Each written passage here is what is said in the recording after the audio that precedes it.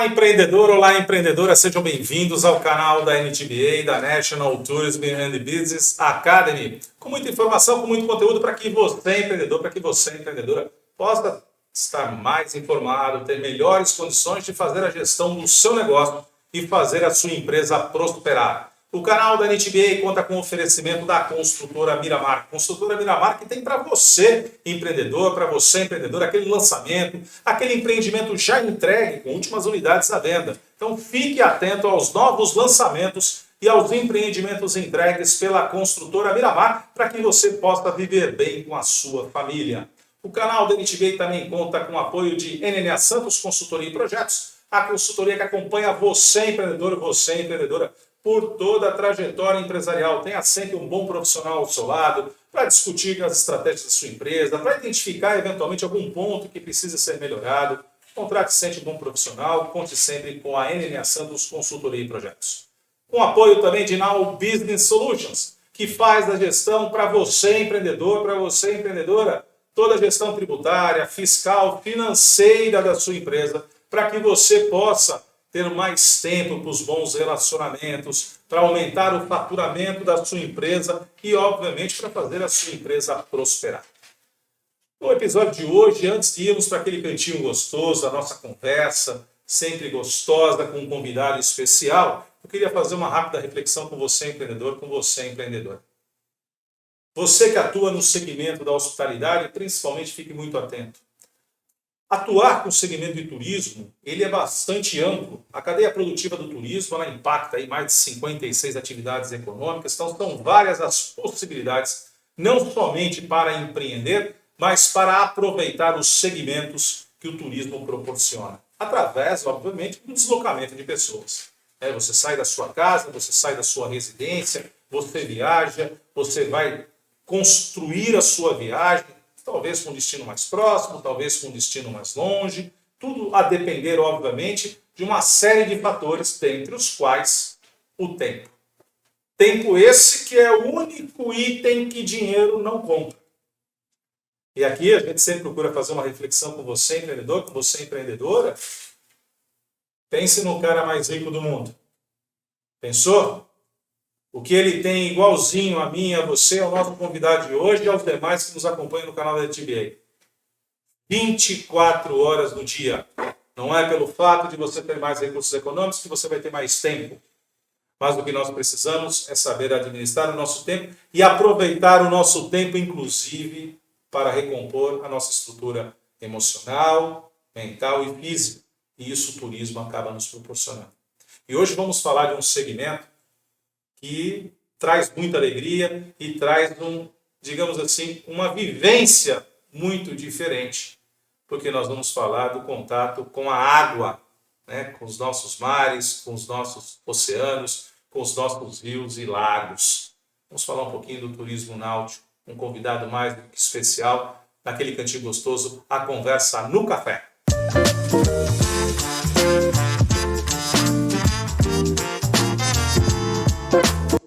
Conversa no café com você, empreendedor, com você, empreendedora, com um convidado muito especial no episódio de hoje. Alguém que tem uma bagagem como empreendedor, como empresário, alguém que é estudioso do setor de turismo, que conhece tanto na teoria quanto na prática, e alguém que atua num segmento fascinante, que é o turismo náutico. Um destino que, para muitos, se você é daqui do estado de São Paulo, você sabe da Baixada Santista, mas talvez surpreenda-se que nós vamos falar de turismo náutico com um empreendedor que está em Cubatão. Muitas vezes achamos que o turismo náutico se dá apenas nas regiões litorâneas, aí para o interior, para as águas abrigadas, em rios e lagos, mas é interessante aqui chamar a atenção que Cubatão é um dos locais, se não for o local, responsável por mais locar embarcações para a pesca recreativa em todo o litoral paulista. Seja bem-vindo, Daniel Ravanelli. Obrigado, o prazer é meu. Estou aqui para contribuir. Para contribuir muito pela tua experiência, pela tua vivência, e eu queria que você falasse um pouquinho, dentro dessa temática, nós vamos abordar ao longo do episódio de hoje, Daniel, a respeito do turismo náutico, potencial e seus cuidados, né? Porque é sempre importante, a gente está falando aqui com uma audiência voltada ao empreendedor, que por vezes também atua no segmento náutico, que busca entender melhor, né, esse segmento que é importantíssimo, fascinante. Mas eu queria que a gente desmistificasse um pouco, Daniel. Vamos falar aqui um pouquinho da localidade. Uhum. Né? Náutica da Ilha, no Jardim Caraguatá, em Cubatão. A priori, e até faço um convite, pode entrar no Google, entre no Google Maps, no Google Earth, vai buscar, que é um local belíssimo, né, da região costeira aqui, litorânea do estado de São Paulo, ainda que Cubatão não tenha a praia de água salgada, tem as suas riquezas naturais. Estou falando aqui com o presidente do Contur, eu esqueci de mencionar isso, né, que é presidente do Conselho Municipal de Turismo de Cubatão. Então, alguém que não está preocupado apenas com o seu empreendimento, mas de olhar o desenvolvimento do turismo da cidade como um todo. E dentro de Cubatão, a gente tem as nossas praias, as nossas cachoeiras, os nossos rios, o contato com a natureza, o contato com a nossa ancestralidade, né, que a gente vai encontrar lá Sambaquis, em Cubatão, o Caminhos do Mar, com todos os seus repertórios, a Estrada Velha de Santos, que mostra lá os monumentos que fazem, né, toda uma alusão à nossa história. E se não fosse Cubatão, nós não teríamos independência, né, Daniel? Afinal de contas, Pedrinho, Dom Pedro I, subiu os caminhos da calçada da Lorena para alcançar São Paulo de Piratininga e no meio do caminho ali nos riachos do Ipiranga proclamar a nossa independência. Mas falar de Cubatão e do turismo é uma coisa assim enigmática ainda, né, Daniel? Com certeza. O passado de Cubatão o condena um pouco, né? Na década de 80, Cubatão passou por um processo de transformação que a transformou numa cidade símbolo da recuperação ambiental. Sofria muito com as mazelas da poluição, as indústrias acho que não compreendiam, né, a poluição que ela estava gerando e o mal que estava fazendo para a natureza, quando realmente elas se viram ameaçadas, né, com a Serra do Mar toda pelada, você deve se lembrar disso. Tecnologias foram criadas para que pudesse ser feito o reflorestamento dessas áreas e desde a década de 90 a ONU, né, reconheceu Cubatão como cidade símbolo da recuperação ambiental. Não só símbolo da recuperação ambiental, como grande símbolo dessa recuperação é o guará vermelho, né, que é uma das aves que vivem aí nos nossos mangues. E é um pouco disso, o termômetro é esse, né? Se o guará vermelho está em Cubatão, está tudo certo, né? Sim, na década de 80 o guará vermelho ele retornou nessa região. Ainda não se sabe muito bem como isso aconteceu, mas eles começaram a se reproduzir e na época muitos biólogos começaram a estudar, né, essa população que hoje passa de 1.000 unidades, 1.000 bichos hoje. E essa população cresceu tanto que ela foi migrando para o sul do país. Então ela foi primeiro para Cananéia, depois ela foi descendo o sul e hoje ela já chega até em Santa Catarina. Eu acho que ali deve permanecer, porque o guará vermelho ele só existe onde tem manguezal, onde ele pode comer os caranguejos, que é a principal fonte de alimentação dele. E para baixo de laguna já não tem mais manguezal, então ele deve repovoar essa costa, né, com guará. Porque havia pinturas muito antigas, acho que de Benedito Calixto, Sim. que acho que ele retratou, né? Acho que na época os guarás vermelhos voando aqui na região. Então o guará vermelho era uma ave presente, que acabou desaparecendo, ninguém sabe por quê, mas por sorte retornou. Notadamente, eu diria, Daniel, arrisco aqui dizer de biólogo que eu não sou, mas é por conta do ambiente. É um ambiente poluído, nenhum animal, nenhuma espécie, né, consegue conviver. E as aves elas são muito mais sensíveis e têm a capacidade da migração, né? Então, o retorno dos guarás vermelhos seguramente vem ao encontro, né, dessa retomada, né, do cuidado ambiental que o Cubatão teve na década de 80 e hoje ainda é e continua sendo o grande símbolo de recuperação ambiental para o planeta inteiro. E quem ganha com isso também é o turismo, né, Daniel? E aqui eu vou voltar lá nas origens, né? Porque o Daniel é um convidado aqui mais do que especial no canal da HBA, mas a gente já conhece a trajetória do Daniel, eu não vou aqui depreciar a nossa amizade, mas já são quase 30 anos que a gente observa o acompanhamento e evolução empresarial do Daniel. E lembrar um pouco lá do Jardim Caraguatá, de falar de turismo náutico Cubatão, era um grande tabu, né? É verdade, porque Cubatão nunca respirou turismo, né? Nunca tomou para si essa vocação turística, porque a vocação industrial de Cubatão é industrial, né? Então é difícil você mudar a mentalidade das pessoas para que elas possam entender que a indústria do turismo é uma grande indústria e ela vem para contribuir, porque ela é uma indústria que precisa do ambiente preservado. Então, se uma cidade que já é símbolo de recuperação ambiental trabalhar o seu turismo de forma bem organizada, eu acho que isso tem muito a contribuir para a preservação ainda mais dos ambientes. Que nem quando a gente fala de Guará Vermelho, a gente fala em birdwatching. Birdwatching é uma atividade, né, de observação de pássaros, né, na tradução literal, que vem crescendo muito no país. Nós já estamos, acho que, na 10ª edição da Avistar, que é uma feira de avistamento de pássaros que acontece em São Paulo. Eu participei da primeira porque eu fui um dos pioneiros que trouxe essa visão, porque os biólogos traziam para mim essa visão, né, que existia um público interessado em avistamento de pássaros. E eu comecei isso já há muito tempo atrás, em 2002. E é um passo a passo, né? Eu recebo muitos clientes interessados em ver aves, muitos estrangeiros interessados em ver aves, e eu não deixa de ser também um braço do turismo náutico, porque todo esse avistamento eu faço através das minhas embarcações. Porque há também um público que faz avistamento em campo, né? Tem muitos estrangeiros que entram por São Paulo e vão para o Mato Grosso, e vão para Foz do Iguaçu, vão para o Amazonas. Então, na medida que eles entram aqui, eles descobrem que o Guará Vermelho está a 2 horas do aeroporto. Sem dúvida. Então, é muito rápido, né, para eles descerem aqui, avistarem esse bicho, voltarem para São Paulo e retomarem a sua viagem. Só que isso ainda não foi trabalhado de forma em escala, assim, sabe? Eu recebo, eu entendo que tem mercado, só que é um ponto que precisamos trabalhar, poder público e empresariado.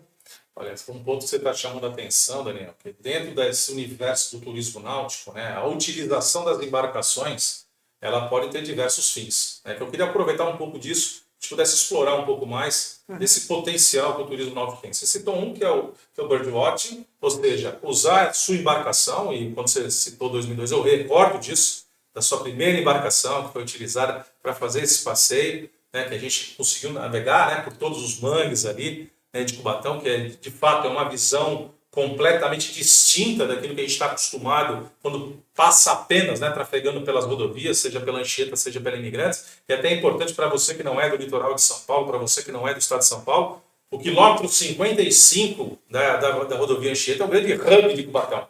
Porque dali são os entroncamentos, né, que você tem da chegada da Anchieta, obviamente com a interligação com a rodovia dos Imigrantes, saindo dali Padre Manuel da Nóbrega, Cônego Domênico Rangoni, ou seja, para descer para o litoral de São Paulo, você passa pelo KM-55, em Cubatão, e dali você irradia para as outras 8 cidades que compõem a região metropolitana da Baixada Santista. Mas eu queria meter agora mais a questão do uso das embarcações, Daniel. Você é proprietário de uma marina, de uma garagem náutica. Conta um pouquinho para a gente como é a rotina, né, de quem tem um empreendimento como o seu. Eu tenho a garagem náutica, eu tenho uma pequena embarcação, eu deixo lá, faço a guardaria lá, pago a locação pelo espaço, mas como que é a vida de um empreendedor dentro do segmento? Olha, precisa de muita dedicação, porque nossa empresa abre todos os dias da semana, de segunda a segunda. Muitas das marinas que guardam barcos de lazer, elas fecham às quartas-feiras. Nós, quando iniciamos, em 91, a gente iniciou com um conceito mais voltado ao turismo. Então, a gente não pode escolher o dia que o turista vai querer passear com o seu barco.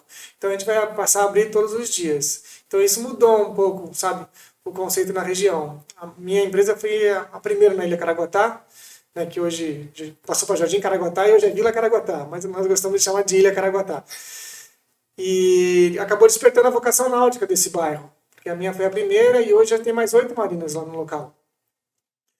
E nós funcionamos basicamente como um estacionamento de barcos. Né? Você tem seu barco, você paga uma mensalidade para a marina, e a marina fica à disposição para descer o seu barco, subir, lavar e adoçar. Esse serviço de adoçamento e de limpeza, muitas das marinas, elas não fazem. Você tem que contratar um marinheiro à parte. Só que como nós nascemos dentro de um público de embarcações pequenas, muito voltado para o turismo de pesca, para a pesca esportiva, é muito simples para a gente pegar esse barco e bater uma água nele, lavar ele e adoçar o motor de popa. Porque quando você fala de iates grandes, embarcações muito grandes, o trabalho é enorme para você limpar, é estofado, é cozinha, é porão, entendeu? Então a marina não conseguiria dar conta disso. Então criou-se uma cultura dessas marinas grandes guardarem seu barco, mas você tem que contratar um serviço à parte para cuidar do barco. Nessas marinas de pesca, de turismo de pesca, que nós somos especializados, nós já abarcamos tudo isso. Nós cuidamos de tudo. E o pescador, ele acorda muito cedo para pescar. Então, quando eu comecei, eu abria às 5h30 da manhã. Então, acho que só depois da década de 2000 que eu passei a abrir às 6, mas já foi uma luta. Então, hoje nós abrimos às 6 e fechamos às 18. Então, nós já ficamos 12 horas todos os dias abertos. Então, se você pretende, né, ter uma marina nesse ramo, né, se prepare porque tem que ter muita dedicação. Dedicação, e como você já tem um olhar para o turismo, você foi muito feliz, já desde o nascimento do seu empreendimento, turismo não tem dia, não tem hora, né? Então é de segunda a segunda. Obviamente, nós já estamos falando aqui de uma outra viés importantíssima da qual você tem dentro do seu negócio calcado, que é o turismo de pesca, né? Da pesca esportiva, da pesca de lazer, né? Notadamente ali no mar pequeno, que é uma área de mar abrigado, mas também você tem embarcações ali que vão para mar aberto. Sim. Né? Então é importante, ó, já falamos de avistamento de pássaros, nós estamos falando do uso de embarcações para pesca de lazer e para passeio também, né? Sim, eu comecei a fazer esses passeios porque de tanto conversar com os biólogos, porque essas embarcações que eu tenho eu alugava para empresas fazerem vistorias nos empreendimentos portuários. E esses biólogos faziam os acompanhamentos da biota local, antes do empreendimento, durante a implantação e posterior à operação, para saber se houve algum tipo de impacto ambiental. De tanto conversar com eles, eles falaram que existia esse mercado de avistamento de pássaros e também existia um mercado para turismo educacional. Foi quando eu montei o projeto Manguezal, em 2002. Foi quando eu projetei os barcos, construí os barcos, né? E comecei a usar para essa dupla finalidade, para levar as crianças para conhecer o meio ambiente, com o intuito que eles possam aprender a preservá-lo, porque desde 92 eu venho percebendo que o ambiente ele vem sendo muito maltratado, sabe, pelas populações que ocupam, né, as margens do mangue, porque ali na minha região é uma região estuarina, nós estamos atrás da ilha. E essas pessoas que vivem nessas comunidades, elas acabam jogando lixo na maré. E esse lixo acaba se tornando uma poluição visual e também é para navegação, porque pega na hélice e tudo mais, esse lixo afunda, impermeabiliza o fundo. Então, depois de, acho que 92 até 2000, não sei quanto tempo, dá 8 anos. 12 anos, né? 8 anos. 8 anos. Eu percebi que estava ficando mais crítica essa situação. E em 2000 eu fiz uma pós-graduação em meio ambiente, saúde pública. E aquilo me despertou. Por que não usar a minha estrutura que eu tenho, né, para ajudar a preservar o meio ambiente? Então, aí, em 2002, eu montei esse projeto. Foi quando eu fiz meu curso de turismo, né, curso técnico de turismo, para aprender um pouco mais. Fui pegando informações, muitos professores me ajudaram. Eu conheci no Sebrae, né, há muitos, muitos anos. Fiz praticamente todos os cursos do Sebrae, acho que eu fiz. Então eu comecei a usar essas embarcações tanto para o turismo educacional, para educar essas crianças, a futura geração, a preservar o meio ambiente, porque nós que estamos vivendo de pesca, nós dependemos do meio ambiente preservado. Porque eu também comecei a perceber que a curva populacional de peixe estava caindo, né? Então eu precisava ser feito alguma coisa. Então eu tive essa ideia, então eu uso essas embarcações para essas duas finalidades. Tanto passeios, né, contemplativos, birdwatching e para turismo educacional. E olha só, ecoturismo envolvido com o turismo náutico. Então veja que existe uma diversidade de potenciais, de possibilidades para que a gente possa fazer o melhor uso da embarcação. E nada mais gostoso, né, Daniel, que o contato com a água, né? Isso é maravilhoso. Acho que a gente fica mais feliz quando está a bordo de uma embarcação. Com certeza. Eu praticamente nem passeio mais, assim, por lazer. Eu passeio pilotando para as pessoas e é sempre uma diversão, né?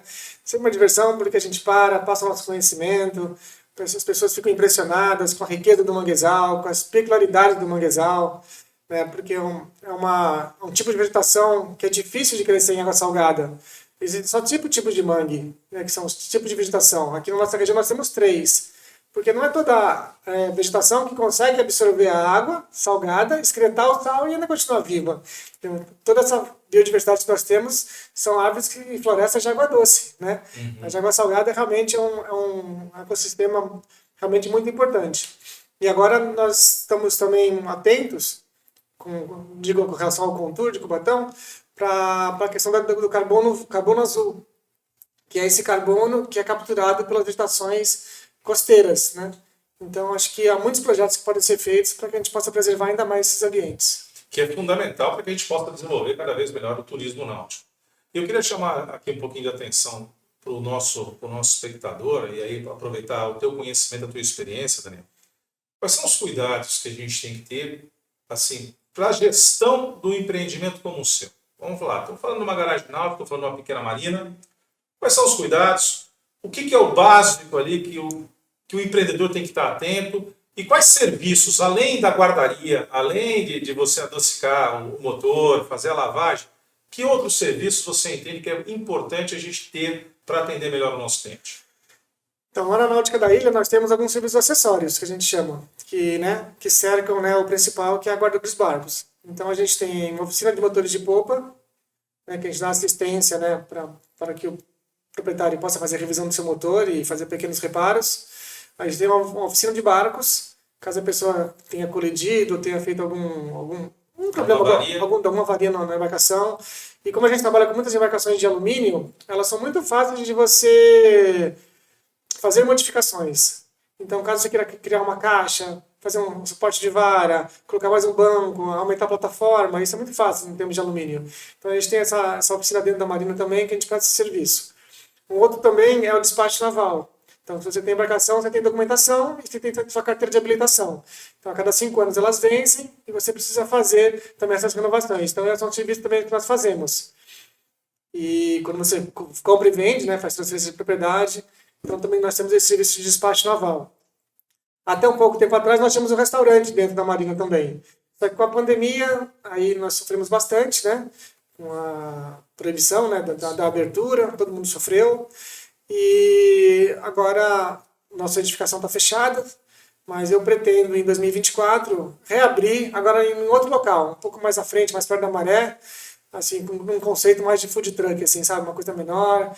E se a coisa ampliar, a gente vem bem para frente. Então veja só, que dentro do complexo, né, que a gente fala do turismo náutico, outros serviços são importantes, acessórios, é verdade, mas fundamentais para que o negócio possa se desenvolver.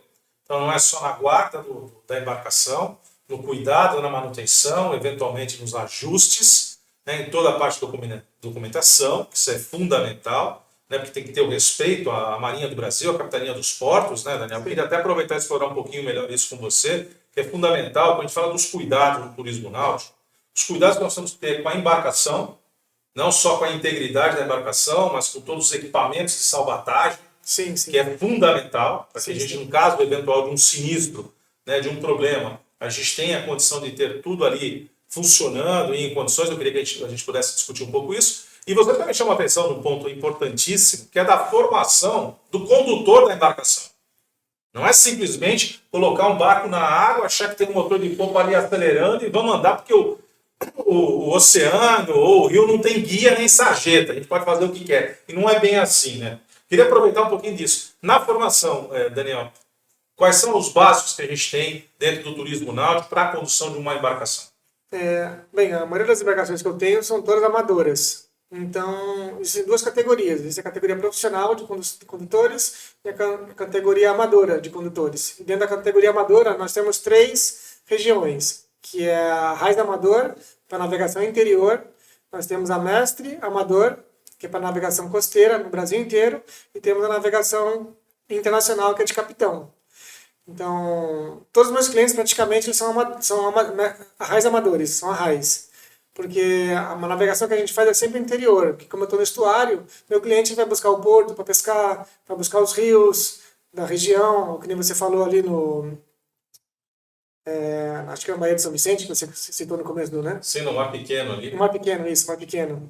Então ali tem um ponto de pesca, que chama Poção, que aí o pessoal vai muito lá. Sim. Bem, então eles navegam e tá mais na região. região. É o portinho de Praia Grande, né? Porque a região, é só observar ali, nós estamos numa região de Braços de Mar, uma região estuarina, com muitos mangues, e é toda essa região da qual, inclusive, está a Náutica da Ilha ali no Jardim Caraguatá, né? Ele está lindeiro ao município de Santos, de um lado, através do bairro do Casqueiro, por outro lado, Praia Grande. Então, e mais adiante, São Vicente, né? Então, a gente está nessa conurbação ali, envolvendo Santos, São Vicente, Cubatão e Praia Grande, é um local, sim, onde boa parte da pesca recreativa de mar abrigado, né, de águas abrigadas, acontece. Então, nós temos essa variação. A RAIS é o mestre e o capitão, assim, aí sim para as grandes viagens oceânicas. Né? Isso quando a gente fala da questão amadora. Uma outra coisa importante, Daniel, para a gente também chamar a atenção na segurança, é quanto à embarcação.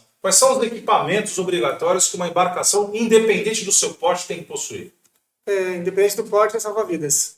Todas Esse é o primeiro... todas as embarcações... E que tem validade, né, Daniel? Hoje em dia, hoje em dia não tem mais validade. Hoje em dia a tecnologia tá grande, então ele é mais pelo estado de conservação. Estado de conservação. Mas antigamente tinha validade, realmente.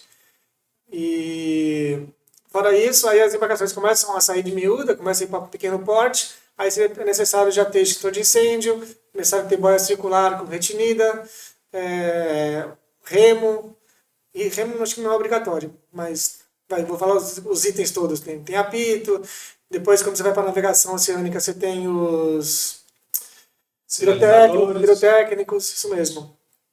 Então, esses são itens que têm validade, precisam de renovação constante.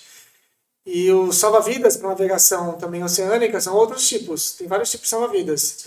Tem salva-vidas com adesivos, refletivos, tem salva-vidas com apito, tem salva-vidas com luz. Nós, como estamos na região interior, é o mais simples que tem. É só aquele simplesinho. Para manter a flutuação. Só para manter a flutuação.